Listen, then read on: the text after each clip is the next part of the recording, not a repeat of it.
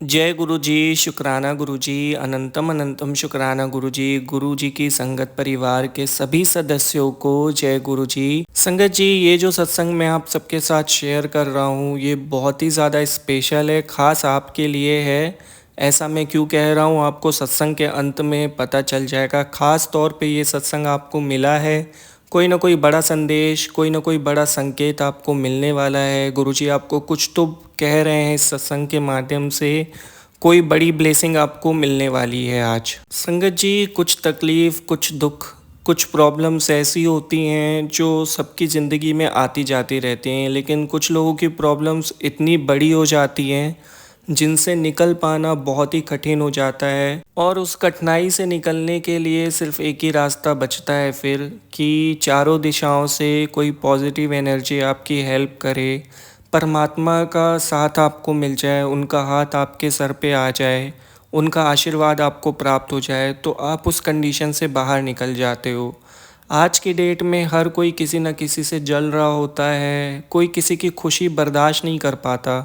कोई खुश होता है ना तो लोग खुद को ऊपर ले जाने के पहले सामने वाले को गिराने के बारे में सोचते हैं कि इसको पहले कैसे डाउन करें, फिर हम अपनी खुशी के बारे में सोचेंगे। पहले के टाइम पे गैर पराये लोग ऐसा करते थे, आज की डेट में ऐसा हो गया है कि घर के अपने ही ऐसा कर रहे हैं कि उनको अपनों की खुशी ही बर्दाश्त नहीं हो रही है। अगर आपकी ज़िंदगी में थोड़ा सा सुख है ना, थोड़ी सी शांति है, तो उनको लगेगा क्यों है ये, खुश क्यों है, इसको खुश नहीं रहना चाहिए, खुश रहने का हक तो सिर्फ हमको है। तो लोग इस चक्कर में आके, इस जलन में आके कुछ ऐसी हरकतें करते हैं जिसकी वजह से आपके जीवन में बहुत बड़ा प्रभाव पड़ता है।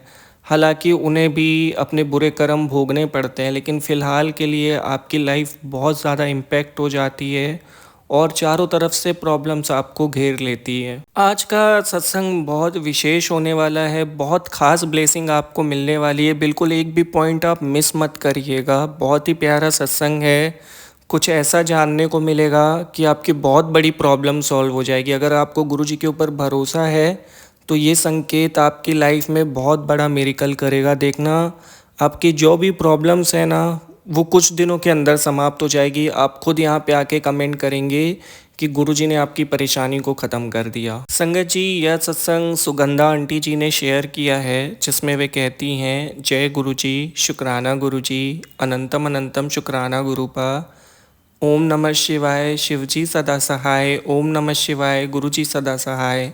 संगत जी, मैं अपना सत्संग पूरे दिल से आप सभी के साथ शेयर कर रही हूँ, कोई गलती हो जाए तो उसके लिए माफ़ कर दीजिएगा। संगत जी, मैं अपने परिवार में बहुत खुश थी, बहुत शांति थी हमारी ज़िंदगी में, सब कुछ बहुत अच्छा चल रहा था। मेरे हस्बैंड एकदम, मतलब समझिए कि पूरे घर में सबसे ज़्यादा स्ट्रॉन्ग पोजीशन मेरे हस्बैंड की थी। कुछ भी नया करना होता था, चाहे वो बिज़नेस हो, प्रॉपर्टी हो, कोई भी डील करनी होती थी, तो सब लोग मेरे हस्बैंड से आके एडवाइस लेते थे कि क्या करना चाहिए, क्या नहीं करना चाहिए। सबसे हमारा रिलेशनशिप बहुत स्ट्रॉन्ग था, सब कुछ बहुत अच्छी तरीके से चल रहा था ज़िंदगी में। फिर होता है ना ऐसा कि चार लोग अच्छे होते हैं तो चार लोग बुरे भी होते हैं, जो अंदर ही अंदर घुट रहे होते हैं। वो आपको दिखाते तो नहीं हैं कि वो आपसे जलते हैं, चिढ़ते हैं, लेकिन अंदर ही अंदर कुछ लोग चिढ़ते थे। लोगों से बातें पता चलती थी, बाहर फ्रेंड सर्कल से बातें पता चलती थी कि तेरे घर का ये इंसान तेरे बारे में ऐसे बोल रहा था। लेकिन मैंने कभी किसी की बातों पे भरोसा नहीं किया। मुझे ऐसा लगता था कि कोई परिवार खुश होता है तो 100 लोग उसको तोड़ने की कोशिश करते हैं। मुझे लगता था कि ऐसा नहीं हो सकता, और जिनके बारे में बातें होती थी, मैं किसी का नाम नहीं लूँगी, लेकिन मुझे इतना भरोसा था कि वो ऐसा नहीं कर सकते हैं, लेकिन मैं गलत साबित हुई। ऐसा था, वो लोग मेरे बारे में बातें करते थे और तब मैंने ये सब समझा नहीं। कभी कभी आपका अच्छा होना भारी पड़ जाता है संगत जी, जिसकी वजह से आप पूरी तरीके से परेशान हो जाते हो, प्रॉब्लम में फंस जाते हो। पूरे घर की भाग दौड़ मेरे हाथ में थी। किसी गेस्ट का घर पे आना तो उनकी देख रेख करना, उनको अटेंड करना, कोई भी तरह की रिस्पॉन्सिबिलिटी हो मेरे ऊपर थी। घर के बुज़ुर्गों को दवाई देना, मैंने पूरे घर को संजो के रखा था, एक सूत्र में बांध के रखा था। और ये जिम्मेदारियां मेरे पास ऐसी थी कि हर वक्त मेरा पूरा टाइम सिर्फ इनको निभाने में निकल जाता था और कुछ लोगों को ऐसा फील होता था कि मेरे पास तो पावर्स हैं। पावर्स नहीं होती हैं, आप सेवा कर रहे होते हो। पावर्स क्या होती हैं? मतलब मैंने पावर में क्या ही कर लिया। मैं तो पूरा घर संभाल रही थी, सब कुछ एक देख रेख में होता था, सब कुछ सिस्टमेटिक तरीके से होता था। घर चलाना आसान नहीं होता है। 10 लोगों को एक सूत्र में बांध के रखना, घर को बना के रखना, घर को टूटने से बचाना, छोटी छोटी मिसअंडरस्टैंडिंग को सॉल्व करना, कोई भी कार्यक्रम हो तो उसको देखना, कभी घर में पूजा पाठ हो तो हर चीज़ व्यवस्थित होना, ये जिम्मेदारियां हैं, ये पावर नहीं है। अगर सामने वाला करना चाहता है तो वो भी कर सकता है ना, अपने हाथ में ले सकता है। लेकिन यहाँ पे काम किसी को नहीं करना है, ओहदा सबको चाहिए। एक बड़ा ओहदा सबको चाहिए होता था। 100 लोग चिढ़ते भी थे, 100 लोग सराहना भी करते थे। सराहना वो लोग करते थे जिनको कोई मतलब नहीं था, चिढ़ते वो थे जो आसपास ही थे। बहुत ही गिल्ट फील होता है आज ये देख के कि मैंने किन लोगों पे भरोसा किया और क्यों किया। आज सोचती हूँ, पीछे मुड़ के देखती हूँ तो लगता है गुरुजी अगर मेरी ज़िंदगी में नहीं आए होते, उन्होंने अपना साथ नहीं दिया होता, मुझे अपना हाथ नहीं रखा होता, तो पता नहीं शायद मैं इस दुनिया में होती भी या नहीं होती। संगत जी, आगे बढ़ने से पहले मैं गुरुजी का शुक्राना करना चाहती हूँ और मैं चाहती हूँ जो भी संगत मेरा ये सत्संग सुन रही है वो भी हाथ जोड़ के शुक्राना करे। तो चलिए शुक्राना करते हैं, फिर मैं आपको आगे की बात पूरी बताऊंगी। ओम नमः शिवाय, शिवजी सदा सहाय। ओम नमः शिवाय, गुरुजी सदा सहाय। शुक्राना शुक्राना शुक्राना शुक्राना।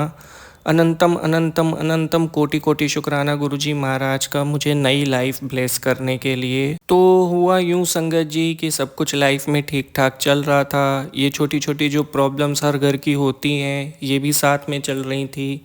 मुझे नहीं पता था कि अचानक से कुछ ऐसा होगा जो मेरी लाइफ में इतना बड़ा इम्पैक्ट डालेगा, मुझे तोड़ के रख देगा। हमारे घर में एक गेट टुगेदर पार्टी हुई थी जिसमें बहुत सारे गेस्ट आए थे।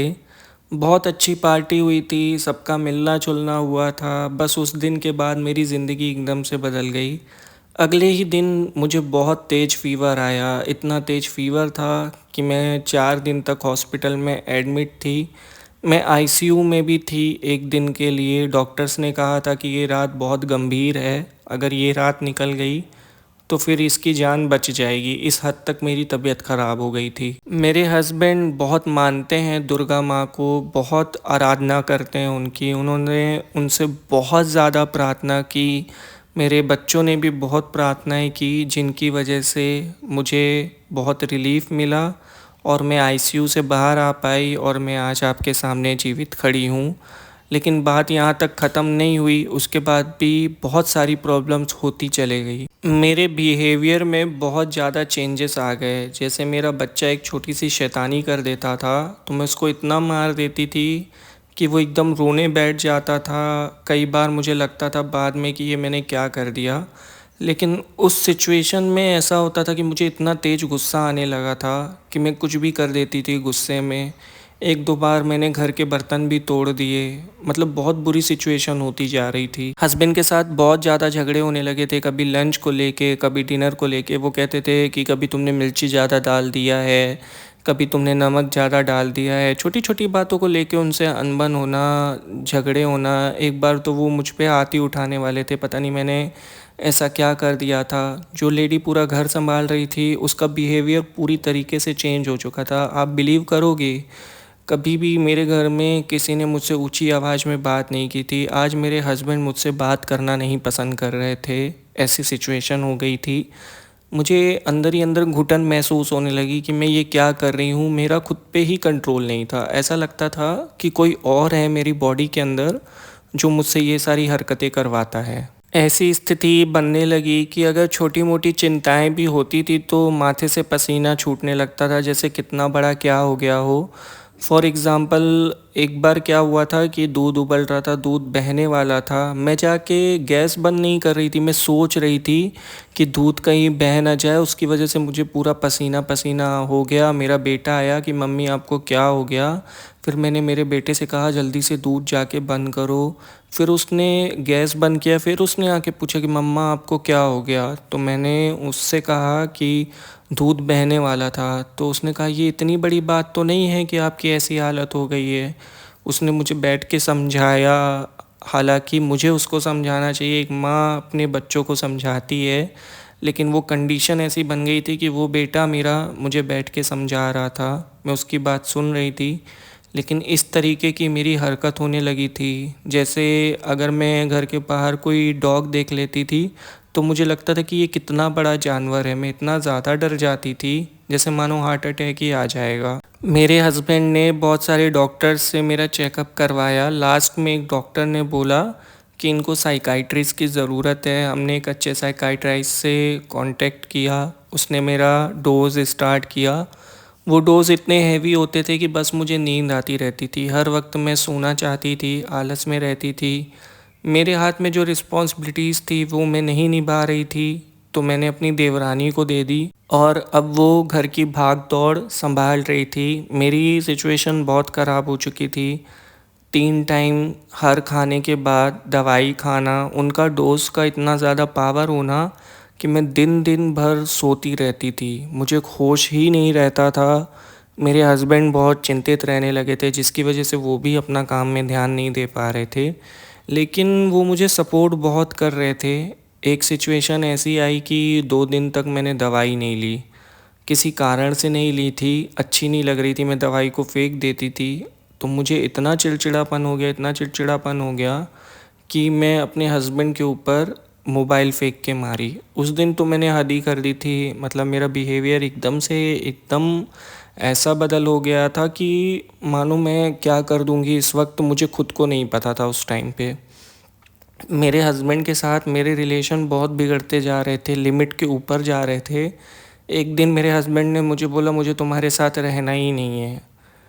पर मुझे इस बात का कोई फ़र्क नहीं पड़ रहा था, जैसे मुझे पता ही नहीं हो कि मेरे साथ कौन क्या बात कर रहा है, कौन मुझे क्या बोल रहा है। मैंने बोला हाँ ठीक है, आपको नहीं रहना है तो मत रहिए। मैं भी उनसे गुस्से में बात कर रही थी, लेकिन फिर मेरे हस्बैंड को पता नहीं क्या हुआ, रात तक में जब वो घर आए उन्होंने कहा कि चलो मैं तुमको एक दूसरे डॉक्टर के पास लेके चलता हूँ। फिर हम रात के 9 बज रहे होंगे, 9 बजे हम घर से निकले। हम डॉक्टर के पास नहीं गए, हम देवी माँ के मंदिर गए। मेरे हस्बैंड ने घर पे किसी को नहीं बताया कि हम मंदिर जा रहे हैं, और हमने मंदिर में जाके देवी माँ के दर्शन किए और फिर हम घर वापस आ गए। जब सब अपने कमरे में जाके सो गए थे, रात बहुत हो चुकी थी, मेरे हस्बैंड ने मुझसे कहा कि उन्होंने इस बारे में किसी से बात की थी, अपने किसी फ्रेंड से। तो उनके फ्रेंड ने बोला कि ये सारी बातें नॉर्मल नहीं लगती है, हो सकता है कि तुम्हारी वाइफ को किसी ने कुछ कर दिया हो, कुछ खिला पिला दिया हो, कहीं उसकी वजह से तो नहीं हो रहा है ये सब। तो उनको कोई एड्रेस दिया, वहाँ पे वो जो पंडित जी थे झाड़ते हैं, मतलब झाड़ा लगाते हैं। तो नेक्स्ट डे मेरे हस्बैंड उनके पास मुझे लेके गए। संगत जी, जब मैं वहाँ पे पहुँची, जब मेरा नंबर आया झाड़ने का, तो वो बोले कि तुम मेरी आँखों में देखो। जब मैंने उनकी आँखों में देखा तो मैं बहुत ज़्यादा डर गई, मुझे एक डरावना सा दृश्य नज़र आया। और मेरे हस्बैंड कह रहे थे कि वहाँ पे मैं काफ़ी देर तक चीख रही थी, ये तो मुझे याद नहीं है खुद को। वही मुझे बता रहे थे कि मैं अब नॉर्मल बिहेव कर रही थी। मेरे हस्बैंड भी काफ़ी डर गए थे। तो पता नहीं वो पंडित जी को क्या हुआ जो झाड़ा लगा रहे थे, तो उन्होंने कहा ये मेरे बस का नहीं है, और उन्होंने हमें एक और एड्रेस दिया। बोला आप वहाँ जाओ, समस्या थोड़ी गंभीर है, बहुत समय लगेगा, लेकिन वहाँ पे आपकी समस्या हल हो जाएगी। मेरे हस्बैंड इन सब बातों पे विश्वास नहीं करते थे, लेकिन मेरा बिहेवियर देख के, मेरी हालत देख के वो चलने को तैयार हो गए, और हम सीधा वहाँ से उसी एड्रेस पे गए जहाँ पे उन्होंने हमें भेजा था। वहाँ पहुँचने के बाद जब हम वहाँ के पंडित जी से मिले तो उन्होंने हमें बताया कि बेटा तुम्हारे साथ कुछ गलत हुआ है, किसी ने तुम्हें कुछ ऐसा खिला दिया है जिसकी वजह से तुम्हारे अंदर कुछ शक्तियाँ प्रवेश कर गई हैं जो तुम्हें लगातार नुकसान पहुंचाने की कोशिश कर रही हैं, और ये एक नहीं है, ये 8-10 हैं जो तुम्हें बहुत नुकसान पहुंचा रही हैं। मैं और मेरे हस्बैंड ये सुन के बहुत ज़्यादा डर गए थे, तो हमने उनसे ही पूछा कि इन सब चीज़ों से हमें कैसे छुटकारा मिलेगा। तो उन्होंने बोला 6 महीने लगेंगे और आपको आना पड़ेगा। कई सारी पूजा की विधि बताई उन्होंने, काफ़ी कुछ करने को कहा। हम सब कुछ फॉलो करने के लिए तैयार थे और हमने करना स्टार्ट भी कर दिया था।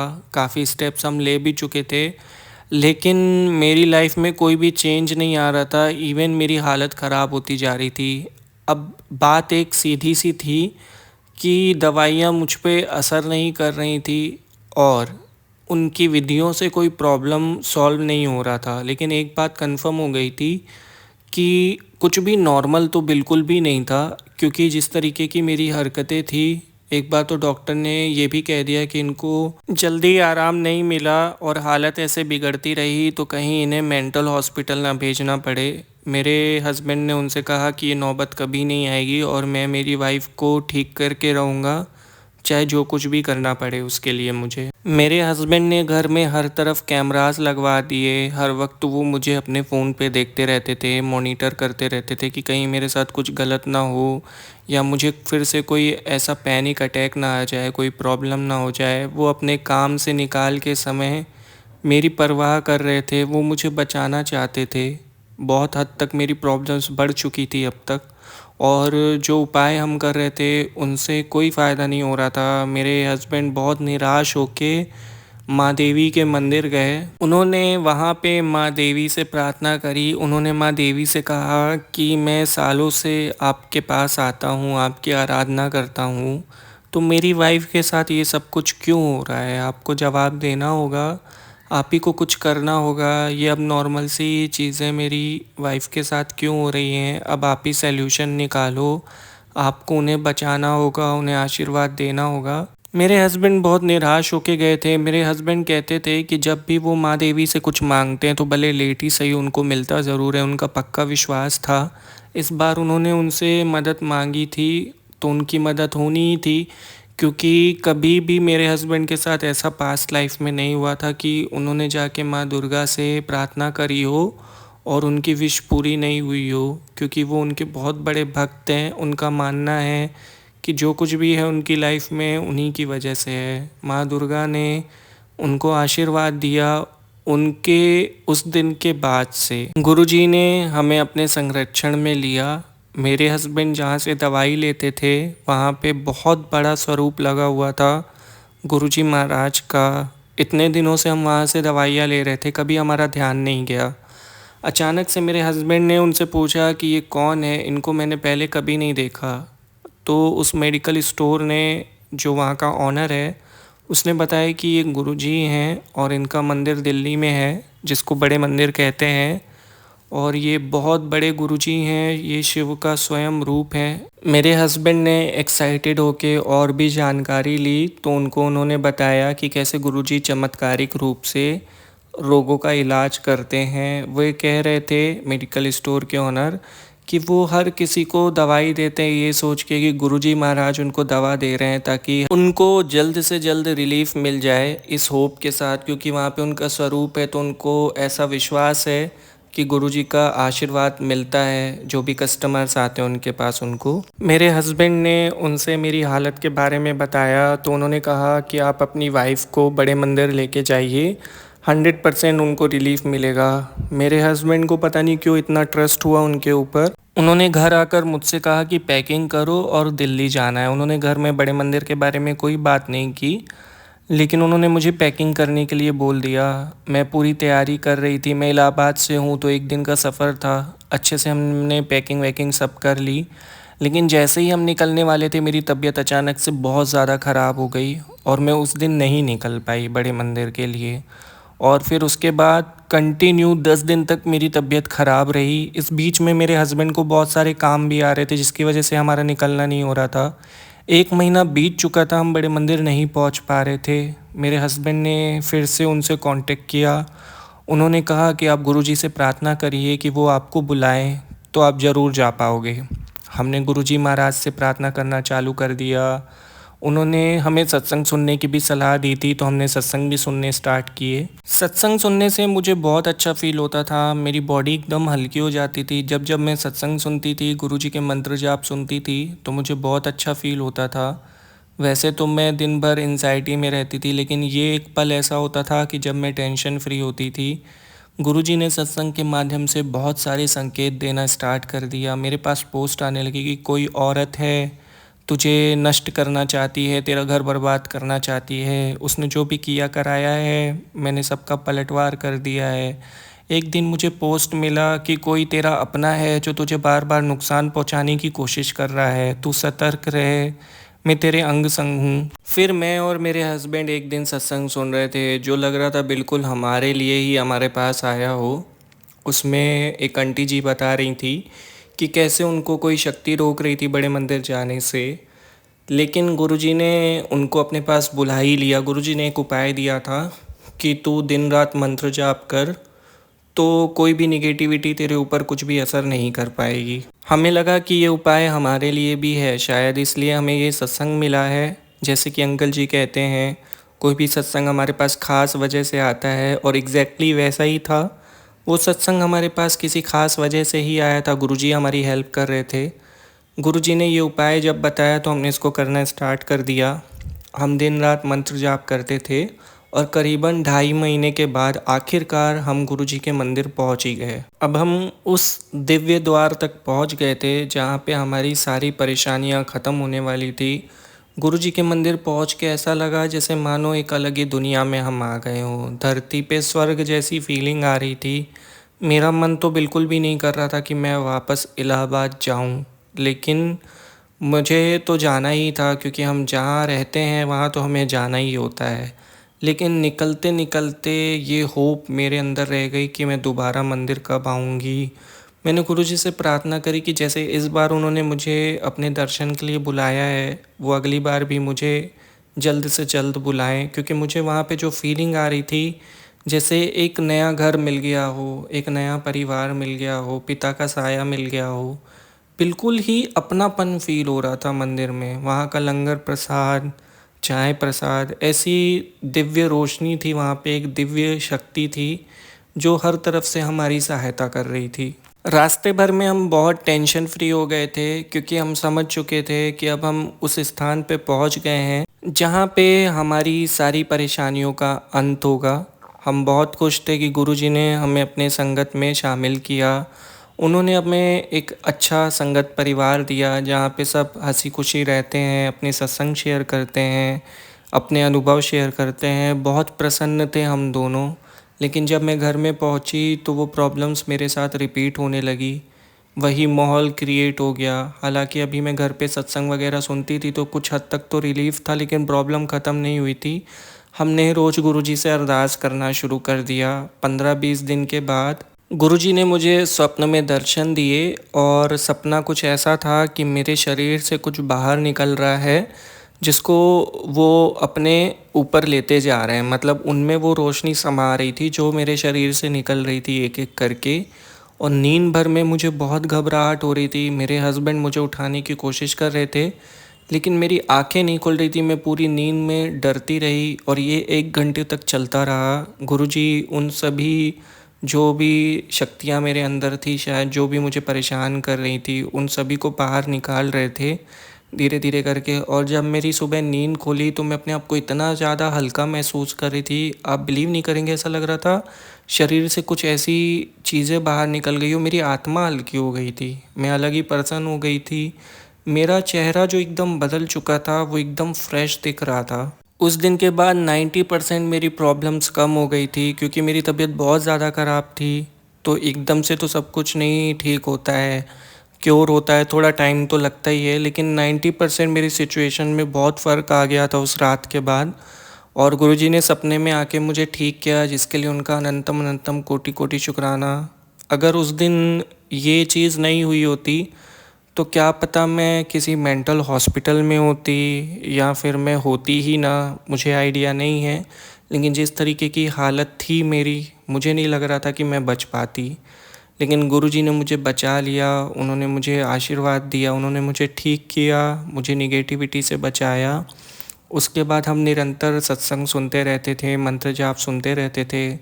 जो जो फॉलो करना होता है हम सब करते रहे। कई बार मुझे ऐसे संदेश आए कि कोई अपना ही है जो तेरे पीछे पड़ा है। मेरे हस्बैंड ने मुझे ख़ास करके मना कर दिया किसी का दिया हुआ कुछ भी खाने से, किसी के भी घर जाने से, क्योंकि हम इतनी बड़ी मुश्किल से निकल रहे थे कि हम किसी पे भी भरोसा नहीं कर सकते थे और ये एक सही डिसीज़न भी था। उस दिन के बाद से मैंने लोगों पे अपना ध्यान केंद्रित करना बंद कर दिया और मैं अपनी फैमिली के ऊपर ध्यान देने लगी। मेरा बच्चा, मेरे हस्बैंड, यही मेरी सबसे बड़ी रिस्पॉन्सिबिलिटीज़ थी। मैं बहुत बड़े दर्द से बाहर निकली थी, तो अब मैं नहीं चाहती थी कि मैं किसी भी षड्यंत्र का हिस्सा बनूं। मैंने कोई रिस्पॉन्सिबिलिटी नहीं ली, जितना मैं अपने परिवार के लिए करती थी अब मैं वो नहीं करती हूँ, क्योंकि मेरा पूरा टाइम गुरुजी की आराधना में जाता है, उनकी भक्ति में जाता है। हमने अपने आप को गुरुजी के चरण कमलों में समर्पित कर दिया है। अब वो ही हमारी देखभाल कर रहे हैं, जो दिया है उनका दिया हुआ है। उन्होंने ही मेरा घर बचाया है, मुझे बचाया है, जिसके लिए उनका अनंतम अनंतम शुक्राना। मैं आशा करती हूँ कि मेरा ये सत्संग किसी न किसी संगत की जो भी तकलीफ़ है उसको कम करेगा। जय गुरुजी, शुक्राना गुरुजी। आज मैं उनकी दया से, उनकी कृपा से इतनी सक्षम हूँ कि मैं गुरुजी का सत्संग सुना पा रही हूँ, कर पा रही हूँ और सत्संग में मैं भाग भी लेती हूँ, जिसके लिए गुरुजी का अनंतम अनंतम शुक्राना। हर उस पल का शुक्राना जो उन्होंने हमें दिया है, न्यू लाइफ का शुक्राना, इतनी सारी मुसीबतों से बचाने के लिए शुक्राना। कम पड़ जाएगा शुक्राना करने में आऊँगी, लेकिन जितना करूँ कम है। शुक्राना शुक्राना गुरुजी महाराज का। आशा करती हूँ कि आपको सत्संग से बहुत बड़ी प्रेरणा मिली होगी। आप भी गुरुजी के सत्संग रोज़ सुना करिए और अगर कोई गलती हो गई हो तो उसके लिए क्षमा चाहूँगी। मैं अपने सत्संग को यहीं पे विराम देती हूँ गुरुजी का मंत्र जाप करके। ओम नमः शिवाय, शिवजी सदा सहाय। ओम नमः शिवाय, गुरुजी सदा सहाय। बहुत बहुत शुक्रिया आंटी जी, इतना प्यारा सत्संग शेयर करने के लिए। आपने एकदम सही कहा कि ट्रस्ट करने की कभी कभी हमें बहुत बड़ी कीमत चुकानी पड़ जाती है। खैर, जिसके सर पे गुरुजी का हाथ है उसके साथ कोई कुछ गलत नहीं कर सकता। संगत जी, बहुत ही प्यारा सत्संग था। एक बार शुक्राना करते हैं। जय गुरुजी, शुक्राना गुरुजी, अनंतम अनंतम शुक्राना गुरुजी महाराज का। संगत जी, मैं सत्संग को यहीं पे विराम देता हूँ। ओम नमः शिवाय, शिवजी सदा सहाय। ओम नमः शिवाय, गुरुजी सदा सहाय। अगर आपको भी अपना सत्संग शेयर करना है, डिस्क्रिप्शन में मेल आईडी है, वहाँ लिख कर भेजिए।